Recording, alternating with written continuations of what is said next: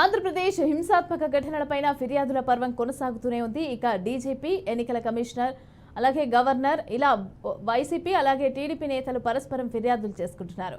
గుంటూరులోని Nagarjuna university strong room వద్ద CM security సిబ్బంది పార్టీ నిర్వహించడం పైన రాష్ట్ర ఎన్నికల ప్రధాన అధికారి ముఖేష్ కుమార్ మీనాకి ఫిర్యాదు చేశారు మాజీ ముఖ్యమంత్రి అలాగే తెలుగుదేశం పార్టీ అధినేత నారా చంద్రబాబు నాయుడు.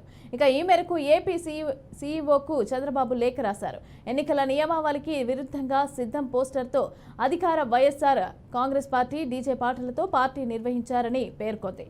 ఇక ఈ పార్టీలో 450 మందికి పైగా పోలీసు అధికారులు పాల్గొన్నారని ఎన్నికల కమిషన్ దృష్టికి తీసుకెళ్లారు. అంతేకాదు ఈ పార్టీ నిర్వహించిన CM security group SP Babuji పైన కూడా కఠిన చర్యలు తీసుకోవాలని కోరారు. ఇక మరోవైపు స్ట్రాంగ్ రూమ్ వద్ద పటిష్ట బందోబస్తు ఏర్పాటు చేయాలని ఈసీని కోరారు.